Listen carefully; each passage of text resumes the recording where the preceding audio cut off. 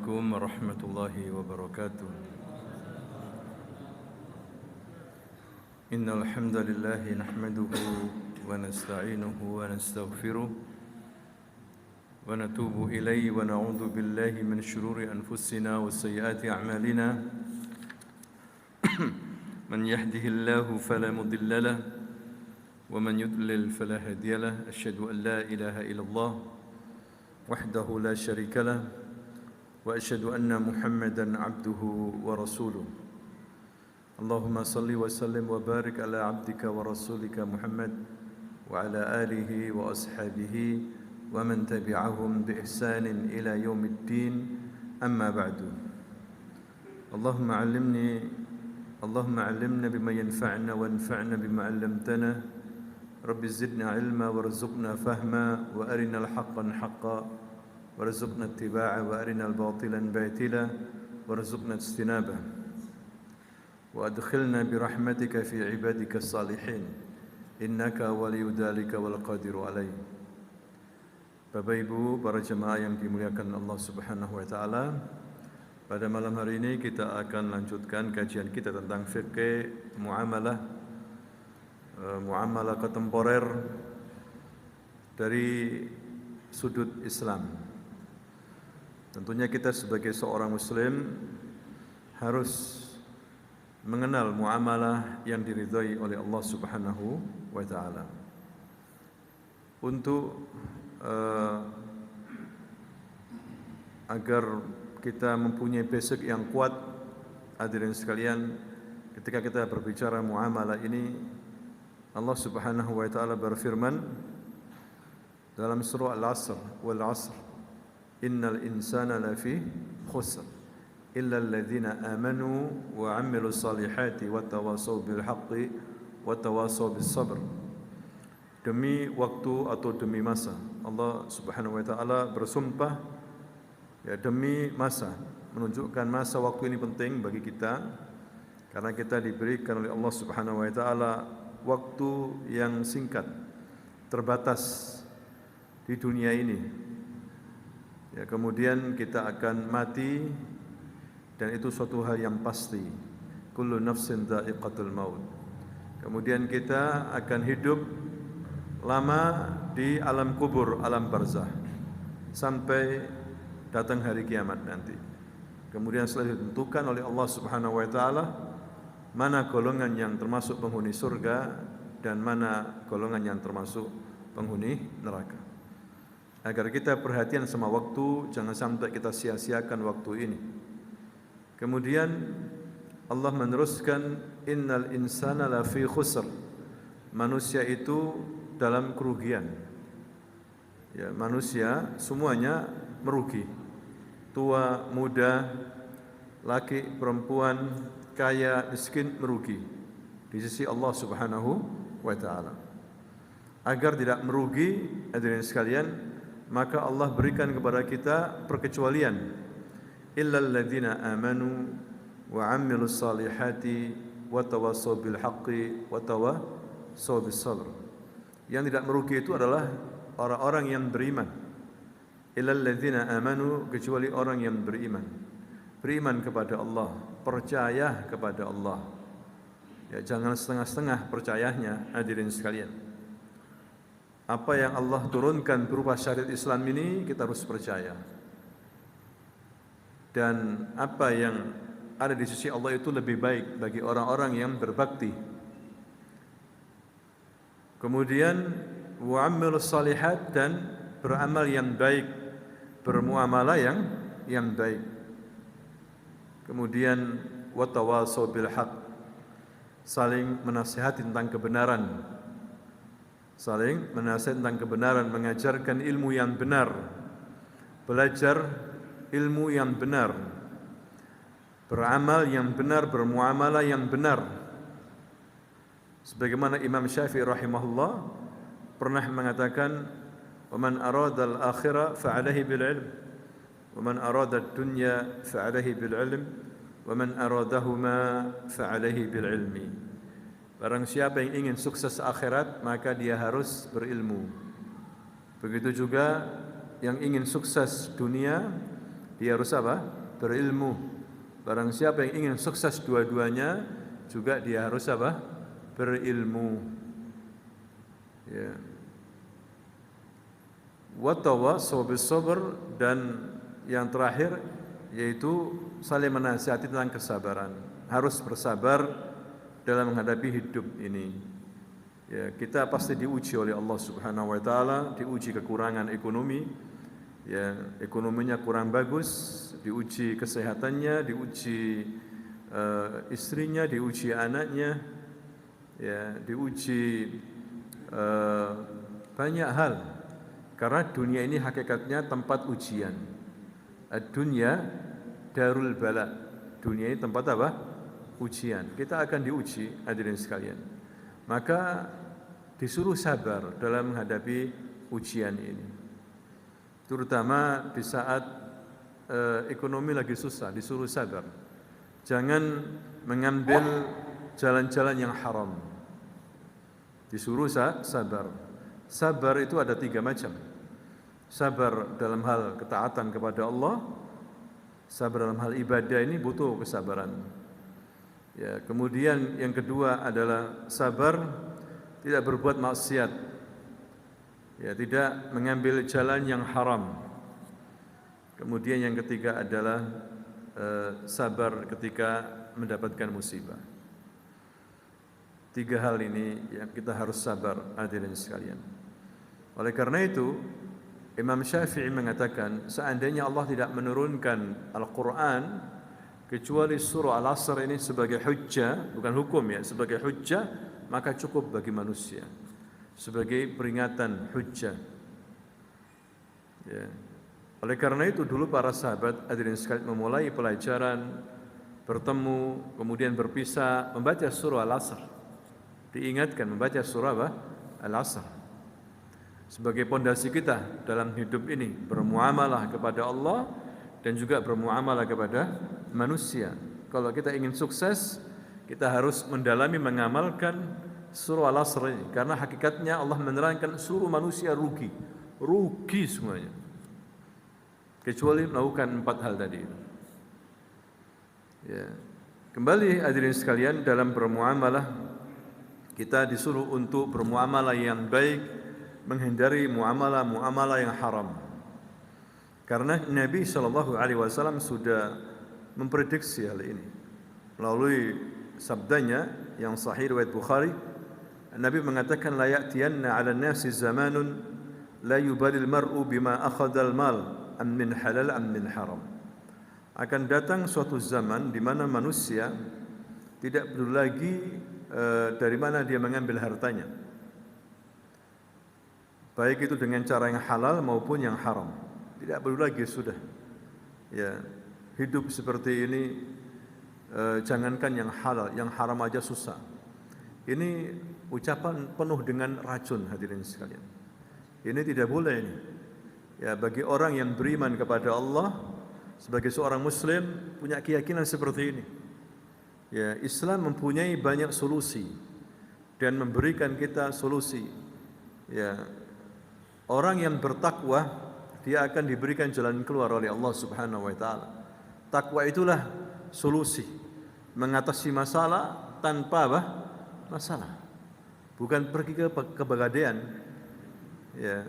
Jadi kita harus percaya sama Allah, wa may yattaqillaha yaj'al lahu makhraja wa yarzuqhu min haitsu la yahtasib. Barang siapa yang bertakwa kepada Allah akan diberikan jalan keluar kalau dia punya masalah-masalah. Bertakwa kepada Allah. Wa yarzuqhu min haitsu la yahtasib, akan diberikan rezeki dari arah yang dia tidak sangka-sangka. Kita harus yakin hadirin sekalian, Allah Ar-Razzaq yang berikan apa? Rezeki. Bukan manusia, bukan bos kita, bukan perusahaan. Maka gantungan hidup ini hanya kepada Allah Subhanahu wa taala. Ya. Ini dasar kita dalam bermuamalah. Manusia hadirin sekalian tidak peduli, ya, kecuali yang dirahmati oleh Allah. Dia akan mencari muamalah yang baik, yang diridhoi, yang halal. Jangan sampai yang haram. Karena apa? Karena pemasukan yang haram itu membuat banyak masalah. doa enggak dikabulkan, ya kita jauh dari Allah Subhanahu wa taala, ya, dan kita ujung-ujungnya mendapat siksa nanti. Mendapat apa? Siksa. Banyak ayat maupun hadis yang memerintahkan kita untuk bermuamalah yang baik, yang halal. Sebagaimana Allah berfirman dalam surah Al-Baqarah ayat 168 Allah berfirman, ya ayyuhan nasu kulu mimma fil ardi halalan thayyibah. Wahai manusia, makanlah di muka bumi dengan cara yang halal dan baik. Wala tattabi'u khutuwatis syaitan, dan janganlah kalian ikuti khutwah-khutwah, langkah-langkah setan. Innahu lakum aduwwum mubin. Sesungguhnya setan itu merupakan apa? Musuh yang nyata bagi kamu. Orang yang mengambil harta dengan cara yang haram, dia tumbuh dengan cara yang haram, dagingnya ini, ya, maka siap-siap hadirin sekalian disentuh oleh api neraka. Ya, ini bahasa halus. Neraka tidak menyentuh tapi menyiksa dengan siksaan yang sangat pedih sekali. Ya, kita akan membahas lagi untuk lebih jelasnya hadirin sekalian, karena masih perlu kita terangkan tentang masalah riba. Jadi riba ini suatu hal yang diharamkan oleh Allah Subhanahu wa taala dan juga Rasulnya, karena banyak efek negatif. Kalau Allah Subhanahu wa taala sudah mengharamkan sesuatu, baik tidak baik gitu. Ya, dari sudut manapun, dari segi apapun tidak baik. Walaupun manusia mengatakan itu apa baik. Ya, riba ini dari dulu sudah ada sebelum Islam. Orang-orang Yahudi, Nasrani, mereka bermuamalah ribawi, hadirin sekalian. Terutama riba dain, ya, riba utang. Maksudnya utang ini qard, dain atau qard itu utang. Ya, pinjam 1.000 kemudian dikembalikan 1.200. Pinjam 1 juta dikembalikan 1.200.000. Nah, 200 ini tambahan, ini tidak boleh dalam Islam. Ya. Sebagaimana yang terjadi juga di zaman kita sekarang, kita menaruh uang di bank, istilahnya menabung.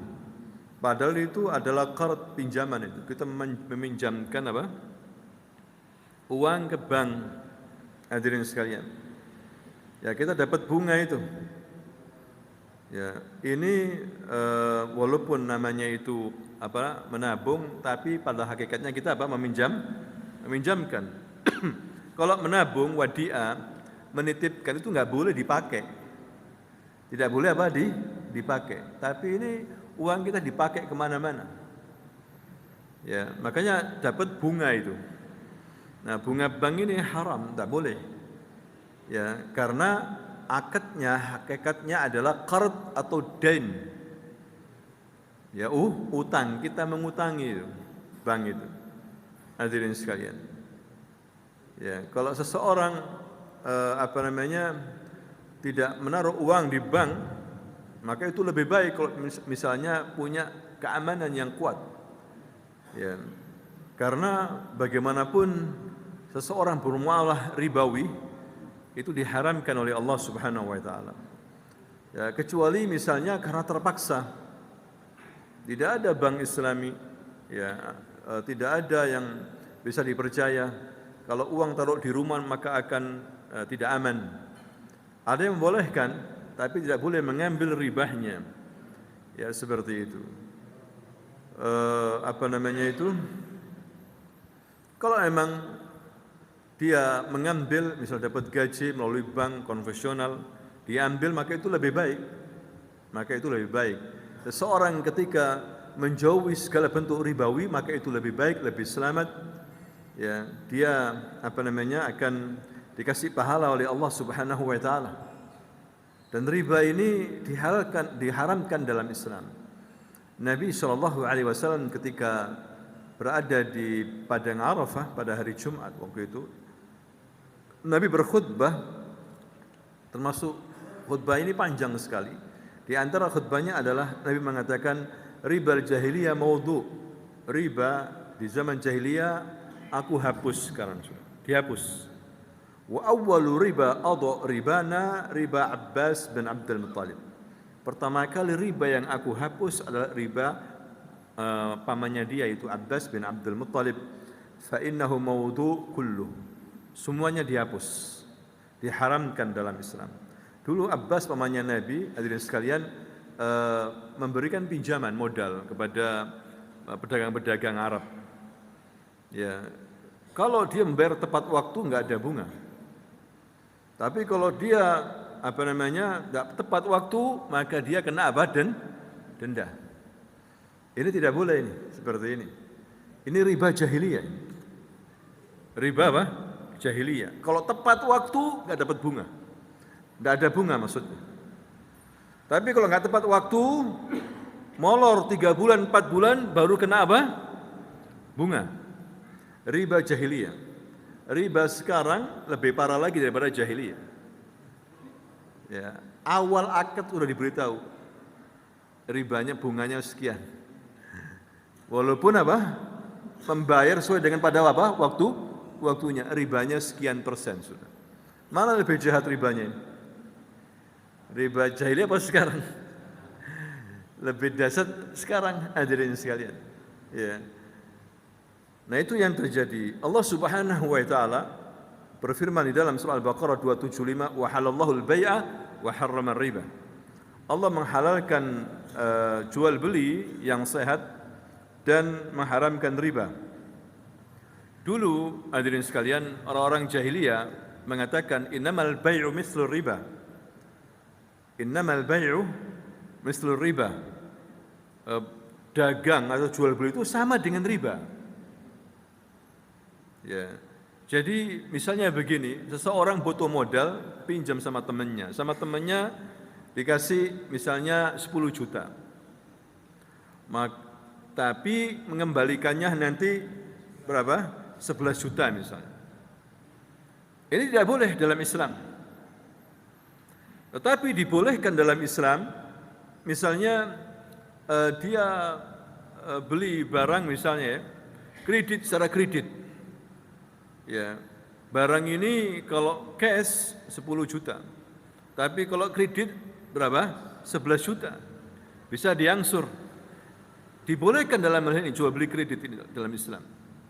Pendapat yang kuat membolehkan jual beli apa? Kredit seperti ini. Ya, kelihatannya sama. Berarti sama. Ya, riba dengan jual beli sama. Lah, kalau yang kedua ini dibolehkan, yang pertama tidak apa? Dibolehkan, hadirin sekalian. Ya. Mencicil itu suatu hal yang biasa dari dulu sampai sekarang. Untuk memudahkan mencicil. Ya, selama tidak ada dalam perjalanan itu apa? Denda, tidak ada denda. Tidak dimasukkan denda ya di dalam perjalanan mencicil, tidak dimasukkan denda yang enggak terlambat mencicil misalnya didenda. Nah, itu yang tidak boleh. Ya, itu yang tidak boleh. Ya. Jadi muamalah seperti ini sekarang ini banyak sekali yang tidak sesuai dengan Islam. Kemudian kita ingin supaya negeri ini makmur, ingin dapat pemimpin yang baik, tapi masyarakatnya bermuamalah ribawi, nyolok sekali. Tidak mungkin, hadirin sekalian. Keberkahan akan turun dari Allah, ya begitu juga pertolongan akan turun dari Allah. Kita dikasih pemimpin yang baik dari Allah. Kalau kita juga sebagai rakyat bermuamalah yang baik, ya berbuat baik, menjadi orang yang abror. Wal abrar yashrabuna min ka'sin kana mizajuha kafura, dalam surah Al-Insan. Orang abror itu akan diberikan oleh Allah nanti minuman yang wangi dari kafur. Kafur itu kapur barus, bukan kapur barus dunia ini. Kafur itu diambil dari suatu pohon di surga, ya daunnya nanti mengeluarkan minyak, warnanya putih, dicampurkan ke air surga itu sehingga menjadi wangi. Kafur, bukan kapur barus itu bukan, yang ada di dunia ini. Kenapa? Mereka abror. Abror itu apa? Abror itu orang yang berbuat kebajikan, berbuat kebaikan kepada Allah, berbuat baik pada siapa? Manusia. Ada juga yang menafsirkan al-abror alladzina la yu'duna ahadan. Orang yang tidak menyakiti siapapun. Ya, berbuat baik sama orang tua, berbuat baik sama anak. Karena ada Bapak Ibu, ibadahnya Masya Allah, sholatnya Masya Allah, tapi sama orang tidak baik. Sama orang tuanya baik, tapi sama anaknya nggak baik. Atau sebaliknya, sama anak Masya Allah dimanja, tapi sama orang tuanya, ya mengunjungi nggak pernah mengunjungi, nggak perhatian sama kesehatannya, kehidupannya nggak perhatian. Sama anaknya baik. Ada orang seperti itu. Hadirin sekalian. Ada orang Masya Allah sholatnya, puasanya, tapi kalau misalnya utang piutang susah. Kalau berutang susah ditagih, muter aja. Banyak kayak gitu ya. Ini abror yang nggak sempurna ini. Ya susah seperti ini, hadirin sekalian. Nah ini yang harus kita perhatikan. Memang tidak mudah dalam bermuamalah ini. Tadi itu basicnya takwa kepada Allah, takut kepada Allah Subhanahu wa taala. Ya. Sekarang ini mengerikan riba ini. Kenapa begitu diharamkan ya pinjam meminjam ini sampai mereka menyewa debt collector untuk menghabisi. Enggak kuat bayar utang ya enggak dikasih kesempatan. Padahal dia sudah berusaha, apalagi enggak bisa bayar bunganya, digebuk bisa. Ada yang pernah tokoh partai digebuki di kantor bank itu.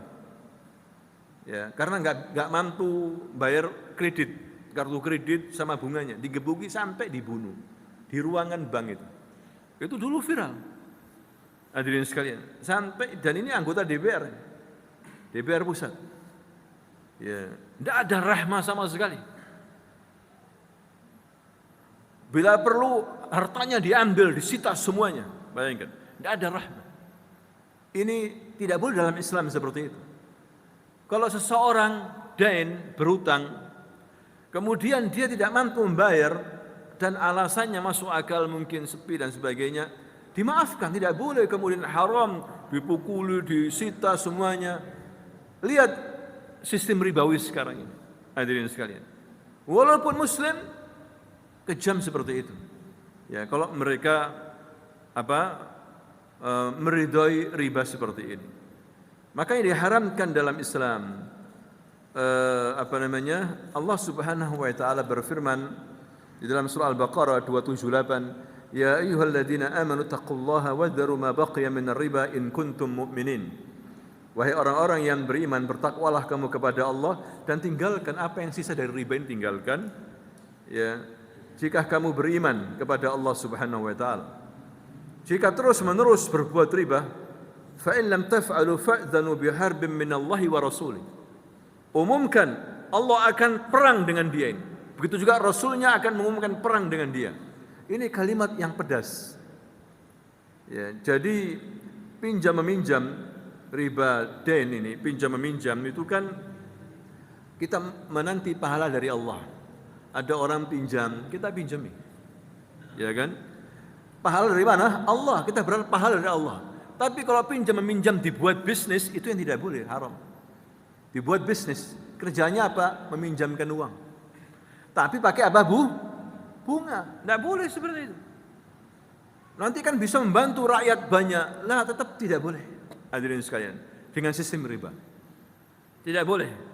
Bahkan Allah berfirman, "Yamhaqullahu riba wa yurbis shadaqat."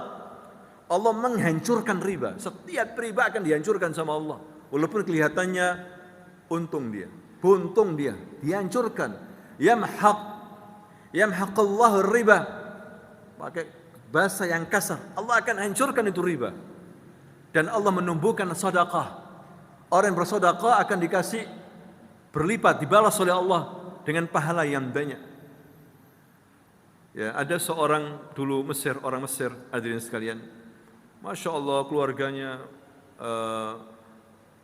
tenang, ya, kemudian ekonominya bagus.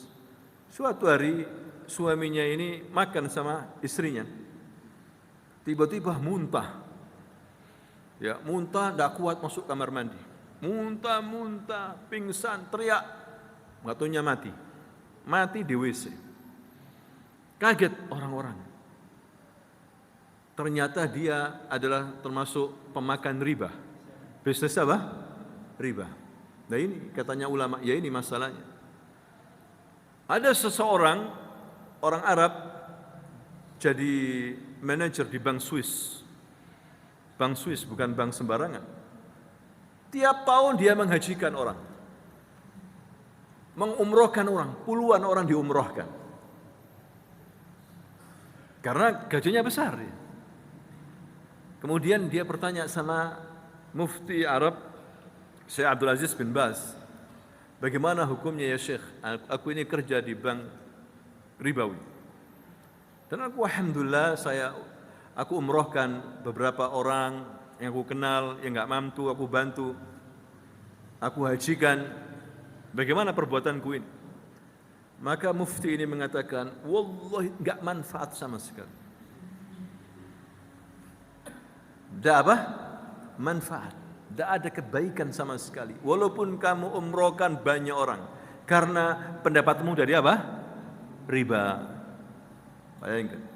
Langsung ditinggalkan, pergi dia. Cari penghasilan yang lain. Hadirin sekalian. Ini kata Mufti. Enggak manfaat sama sekali apa yang kamu sedekahkan. Karena penghasilanmu dari apa? Riba. Ya, jadi bukan main-main hadirin sekalian. Ya, karena riba ini merugikan banyak hal. Ya, merugikan masyarakat hadirin sekalian. Dikatakan di sini riba ini memainkan peran penting dalam kehancuran masyarakat. Dari dulu seperti itu. Katanya Mausu' Iqtisadiyah, ya para ulama yang tergabung dalam penulisan buku fikih. Ya, mereka itu yang hutang dipaksa untuk membayar plus sama bunga. Bayar hutangnya plus sama bunga. Kalau enggak mampu, apa yang terjadi? Diambil kebunnya, diambil rumahnya, bahkan diambil gadisnya sama istrinya kalau enggak mampu. Bayangkan. Kejam enggak, Bapak Ibu? Apakah Islam boleh seperti ini? Enggak boleh. Kalau seseorang enggak mau membayar hutang, dia punya alasan, kita terima. Karena Islam ini dibangun di atas rahmatan lil alamin. Kalau sistem riba tidak ada. Ya, ambil debt collector. Diambil di jalan tuh sepeda motornya, mobilnya. Bila perlu dipukuli atau dirampas seluruh isi rumahnya. Kejam hadirin sekalian. Ya. Dan juga membuat gap antara yang kaya semakin kaya, yang miskin semakin apa? Miskin. Otomatis pemodal besar, ya, dia terus mendapatkan keuntungan, sehingga dia malas kerja. Kalau kerja kan bisa rugi, bisa apa? Untung. Ini si joli, jual beli kan begitu ya bisnis. Ya. Tapi kita tetap harus disuruh seperti itu supaya kita ini barokah. Disuruh apa? Jual beli. Ini solusi hadirin sekalian supaya tidak jatuh dalam perbuatan apa? Riba, yaitu berjual beli, usaha. Disuruh apa? Usaha. Terus bagaimana misalnya orang yang terlilit hutang riba? Bagaimana solusinya? Enggak ada. Siapa yang minjemin? Ada solusinya dalam Islam ini. Diambilkan dari zakat. Diambilkan dari apa? Zakat. Termasuk yang kelompok yang bisa mendapatkan zakat orang yang kelilit apa? Hutang. Diambilkan dari zakat. Nanti supaya dia bisa membayar hutang, kemudian tidak hutang lagi. Karena kita ini Bapak Ibu diajar oleh para ulama, ya Nabi juga mengajarkan kita jangan hutang kecuali 2 syarat. Yang pertama adalah karena kebutuhan pokok. Kebutuhan apa? Pokok. Makanan misalnya. Nabi pernah menggadaikan baju besinya demi mendapatkan beberapa karung gandum untuk kebutuhan rumah. Artinya baju besi Nabi lebih mahal daripada apa? Karung yang diambil itu gandum itu.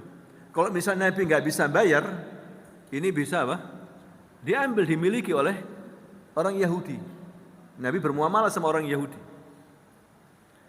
Yang diambil itu apa? Barang pokok. Ya, tempat tinggal, bukan rumah ya, tempat tinggal.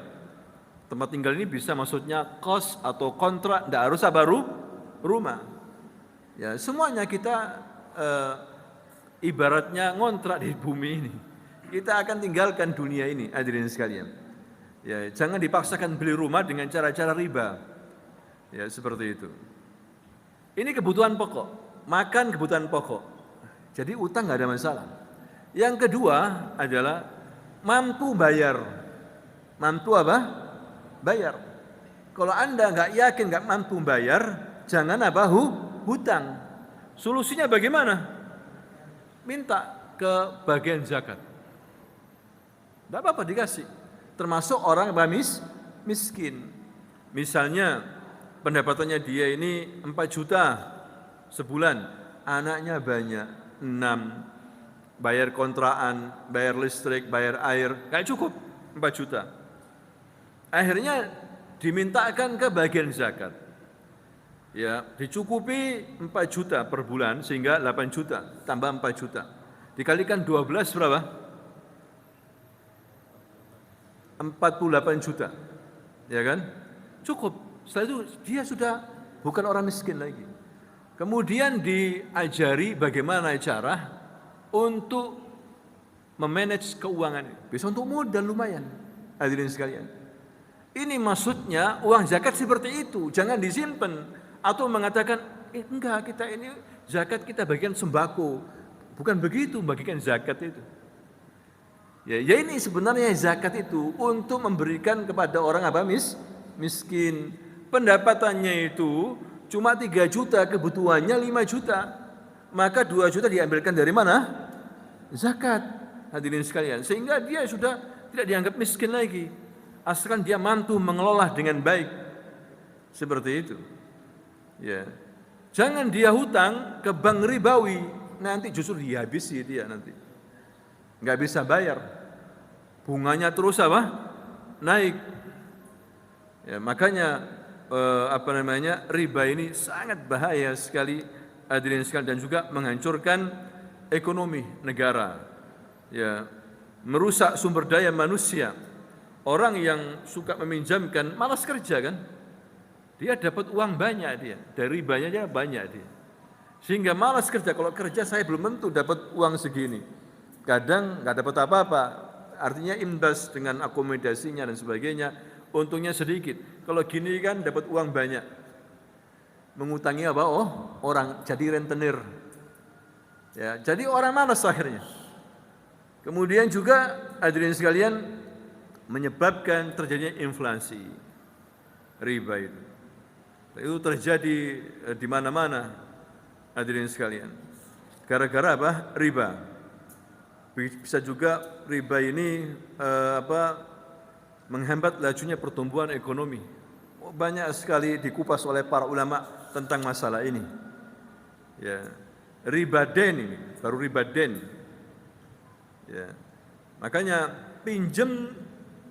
kita pinjemi, kita berharap pahala dari mana? Allah Subhanahu wa taala. Ada yang bertanya bagaimana kalau arisan tapi diwajibkan orang yang kena arisan itu harus memberikan konsumsi. Boleh nggak seperti ini? Harus memberikan apa? Konsumsi bagi peserta arisan. Ini masuk riba nggak? Riba. Ya, termasuk riba jelas hadirin sekalian. Karena arisan itu maksudnya apa? Utang. Orang dapat arisan dapat apa? Hutang. Ya. Orang yang berhutang ngasih berarti tambahan itu. Apalagi akad di awal. Orang yang dapat arisan harus apa? Memberikan makanan. Nah ini. Kecuali misalnya nggak ada persyaratan itu. Arisan biasa. Ya dia kasihan lihat tamu-tamu, kemudian apa? Sukarela lah. Nggak termasuk perjanjian itu, nggak ada masalah itu. Tapi kalau diharuskan arisan, ya plus nanti harus memberikan apa? Makanan, minuman kepada pesertanya, itu tidak boleh. Hadirin sekalian, karena arisan kecuali kalau kumpul-kumpul biasa. Arisan itu namanya utang, begitu. Jangan sampai hutang kecuali 2 syarat tadi itu, kata para ulama. 2 syarat. Yang pertama karena kebutuhan pokok, dan yang kedua apa? Mampu bayar. Ya, kalau nggak mampu bayar, lebih baik jangan. Terus minta kepada Allah agar dikasih rezeki. Insya Allah ada jalan keluar. Karena Allah Subhanahu wa taala berfirman, "Wa may yattaqillaha yaj'al lahu makhraja wa yarzuqhu min haitsu la yahtasib." Hadirin sekalian.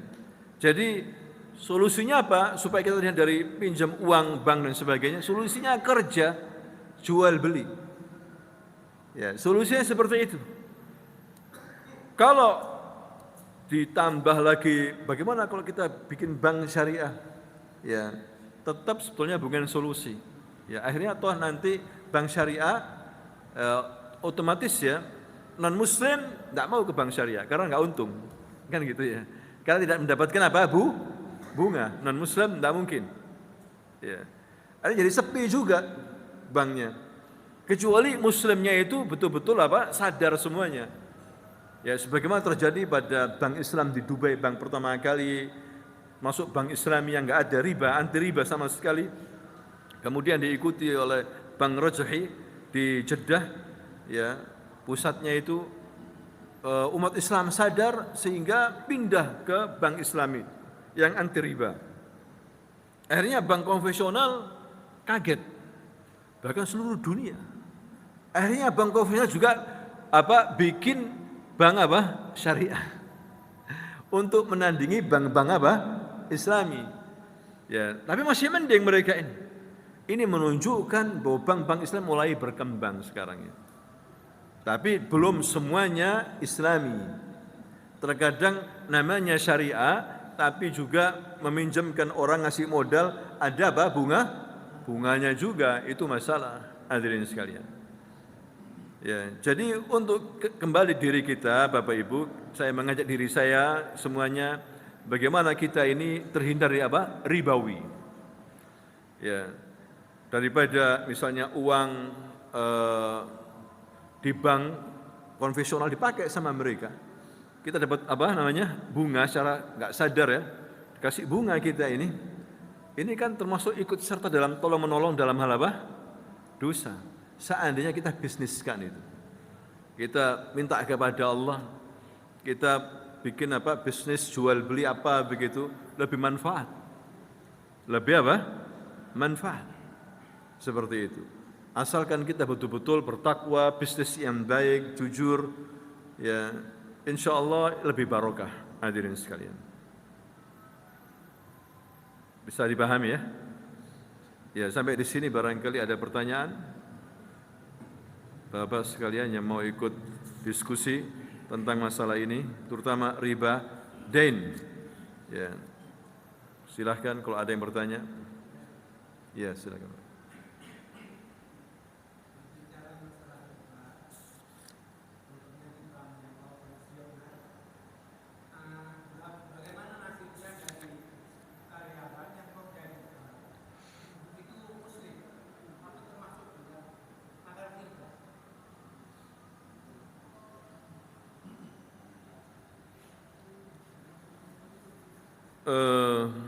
Kita mendahulukan Allah Subhanahu wa taala, mengikuti Islam.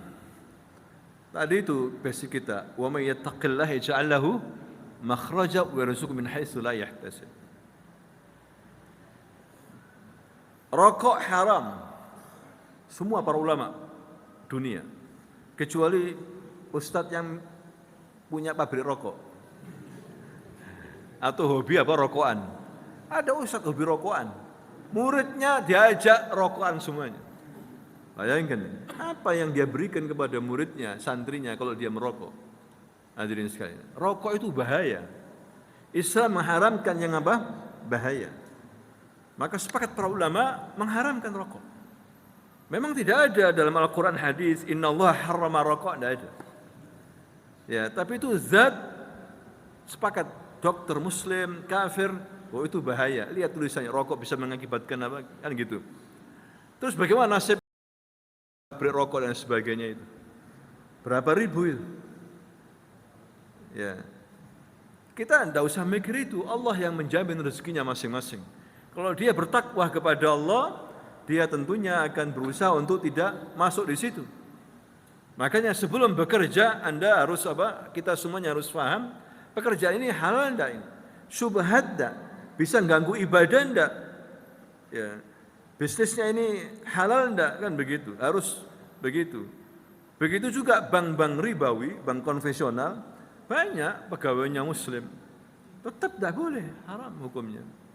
Gajinya haram, hadirin sekalian. Tetap seperti itu. Dia berusaha maksimal mungkin untuk mencari pekerjaan yang lain yang halal insyaallah. Ya, barang siapa meninggalkan sesuatu karena Allah, maka Allah akan berikan jalan keluar. Berikan sesuatu yang lebih baik dari sebelumnya. Kita harus yakin itu. Harus yakin. Kalau nggak begitu, kapan umat Islam ya ingin berubah, hadirin sekalian? Ya seperti itu. Wallahu taala alam. Jangan dipaksakan, bahkan dicari dalil-dalilnya. Oh, bunga itu nggak haram. Itu suatu hal yang biasa dalam uang itu. Ya, ini adalah administrasi dan sebagainya. Lah, ya bunga tetap bunga riba, hadirin sekalian. Itu sepakat para ulama dunia, ahli fikih dunia, bahwa bunga bank itu haram. Kecuali ustadz yang bisa dibayar, suruh berfatwa, ya kan gitu ya. Ustadz macam-macam sekarang ini.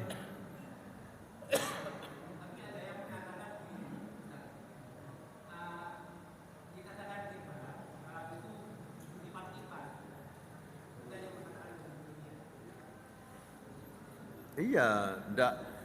Itu apalagi yang berlipat-lipat gitu. Jadi banyak ayat yang mengatakan riba kecil besar tetap riba haram. Apalagi ad'afan mudha'afah. Seperti itu. Apalagi dalam praktiknya sekarang ini kejam. Enggak bisa bayar bunganya habis. Ya, ada debt collector sampai membunuh, bayangkan. Di kantor banknya. Pernah kan dulu, 2 tahun yang lalu waktu itu. Kejadiannya, masuk berita itu, kabar besar. Ya, ini sudah tidak benar seperti ini. Ya, azan dulu, silahkan. Bismillahirrahmanirrahim. Alhamdulillahirabbil alamin wassalatu wassalamu ala asyrafil anbiya'i wal mursalin nabiyina Muhammadin wa ala alihi washabbihi ajma'in. Amma ba'd, saya tambahkan di sini Bapak Ibu, jadi bunga bank itu interest ya, nama lainnya imbalan yang dibayar oleh peminjam atas dana yang diterimanya. Bunga dinyatakan dalam bentuk persen. Ya, jadi di sini tetap tidak boleh karena ada dasar kaidah fikih kullu qardin jarra manfa'atan fa huwa riba. Setiap qard, setiap utang ya itu ada keuntungan, maka termasuk riba. Ya. Ada yang mengatakan tadi itu bahwa riba diharamkan hanyalah riba yang berlipat ganda. Ya, berbeda dengan bunga bank yang hanya sekian persen. Sebagaimana Allah berfirman dalam surah Ali Imran 130, ya ayyuhalladzina amanu la ta'kulur riba adhafan mudha'afan. Hai orang-orang yang beriman, janganlah kamu memakan riba dengan berlipat ganda. Jadi ayat ini menjelaskan larangan riba secara umum sebetulnya. Ya, larangan riba jahiliyah dulu memang ketika jatuh tempo, misalnya dia utang 100 dinar, tidak bisa bayar, maka tahun depannya dia kena 200 dinar. Ini ad'afan mudha'afah. Ya. Tapi ayat ini tidak ada yang menjelaskan riba itu harus berlipat ganda. Ya. Bahkan sebaliknya di ayat yang lain Allah menjelaskan bahwa bila seorang bertobat dari riba berapapun ya kecil atau besar, ia boleh hanya menarik jumlah uang yang dipinjamkan saja. Ya, tambahannya tidak boleh sama sekali. Sebagaimana Allah berfirman dalam surah Al-Baqarah 279, wa in tubtum falakum ru'usu amwalikum wa la tadlimuna wa la tudlamun. Dan jika kamu bertaubat dari pengambilan riba, maka bagimu pokok hartamu saja. Makanya dulu orang Arab ketika pinjam uang sama orang Yahudi di Madinah, nggak bisa bayar bunganya, sampai terus membengkak-bengkak. Diambil kebun-kebun kurmanya, rumahnya, bahkan anak istrinya diambil sama orang Yahudi. Ketika Rasulullah datang, disuruh kembalikan sama Rasul. Kembalikan itu. Tanah-tanahnya orang Arab itu. Kembalikan semuanya. Orang Arab disuruh mengembalikan uang yang dipinjam saja. Ya, tanah-tanah disuruh kembalikan. Makanya orang Yahudi sangat benci sama Nabi. Sangat benci sama syariat Islam. Hadirin sekalian. Ya. Begitu juga ada yang mengatakan orang yang menghalalkan bunga bank itu berdalih bahwa riba diharamkan dalam akad pinjaman karena ditarik dari orang-orang miskin yang membutuhkan pinjaman untuk menutupi kebutuhannya. Ya, sedangkan bunga yang ditarik dari bank, ya, dari orang-orang kaya itu keadilan. Karena orang kaya sudah apa? Sudah banyak uang, jadi ditarik bunga.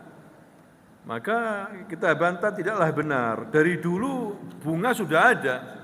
Untuk orang miskin, orang kaya sudah ada bunga itu. Hadirin sekalian. Ya, nah ini yang harus kita pahami. Memang tidak mudah kita hidup di masa sekarang ini, bank konvensional di mana-mana. Tidak hanya itu, apa kredit-kredit apa itu ya? Apa istilahnya? Minjamkan itu banyak sekali. Hah? Iya, nyicil, macam-macam. Ya, rentenir banyak sekali. Ya, tetap tidak boleh, hadirin sekalian. Dan apa namanya? Mereka berusaha, ya, orang-orang yang gencar memerangi riba akan mereka benci, diperangi. Ya, ustadz-ustadz yang bilang riba haram, begitu juga akan diserang sana sini. Ya, ini bahaya ini, kan begitu. Nah, tapi kita sebagai seorang muslim harus kembali kepada Allah dan Rasul. Tadi itu basic kita seperti itu. Kita bertakwa kepada Allah, menjauhi larangan, ya, mengamalkan kewajiban, insyaallah kita akan sukses. Dikasih rezeki oleh Allah Subhanahu wa taala. Disuruh jual beli yang baik. Ya, jangan jualan apa? Uang dengan uang. Ya, ini rentan sangat kental riba nanti. Ya, jual beli yang halal. Ya, insyaallah itu solusinya. Iya. Ada yang bertanya tadi? Iya, Pak, silakan, Pak.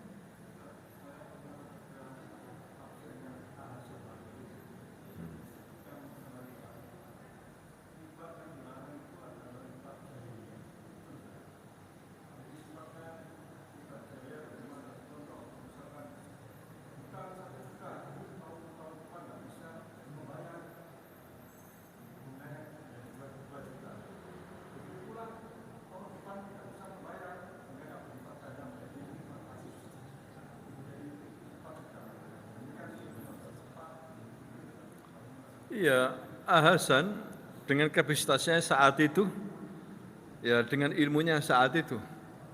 Ya, padahal bunga sekarang lebih dahsyat daripada bunga apa? Jahiliyah.